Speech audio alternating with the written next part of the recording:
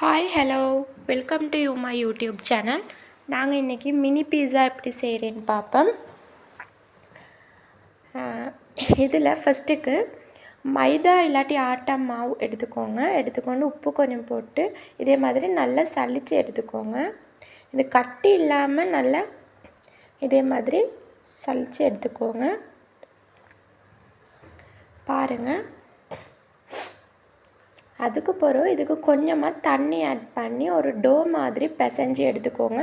நான் இன்றைக்கி ஈஸ்ட் ஒன்றுமே ஆட் பண்ணலை.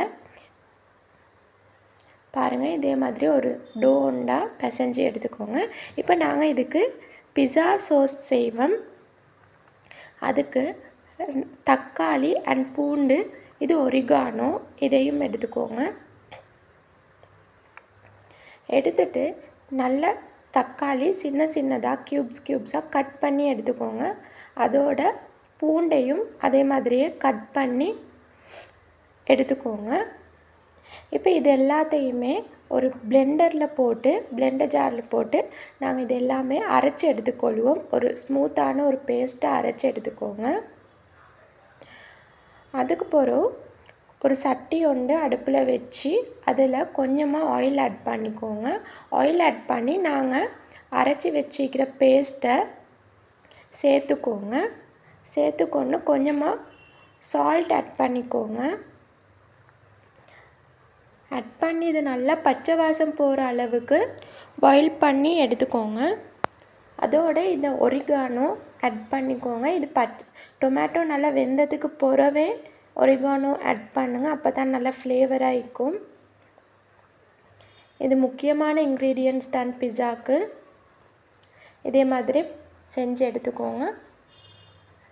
இப்போ நாங்கள் செஞ்சு வச்சுக்கிற டோவை சப்பாத்தி மாதிரி உருட்டி எடுத்துக்கொண்டு இதே மாதிரி ரவுண்ட் கட்டர் அப்படி இல்லாட்டி ஒரு மூடி ஒன்று வச்சு இதே மாதிரி கட் பண்ணி எடுத்துக்கோங்க. ரவுண்டாக கட் பண்ணி எடுத்துக்கோங்க. பாருங்கள், இதே மாதிரி கட் பண்ணி எடுத்துக்கோங்க.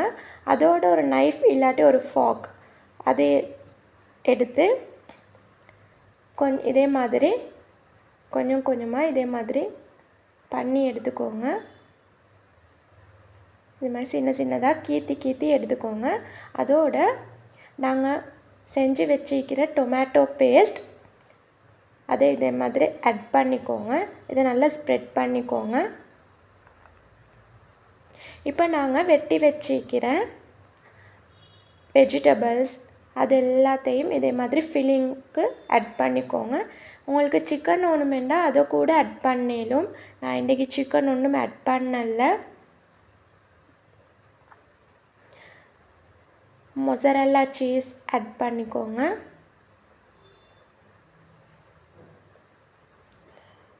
இது மாதிரி ஆட் பண்ணிக்கொண்டு இதை இப்போ நாங்கள் எக் வாஷ் பண்ண போகிறோம்.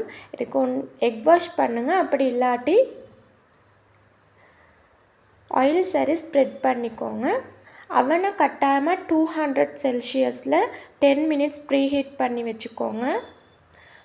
அதோடு இதை அவனில் போட்டு ஒரு 10 மினிட்ஸ் பேக் பண்ணி எடுத்தாலே எங்களோட பிஸா ரெடி.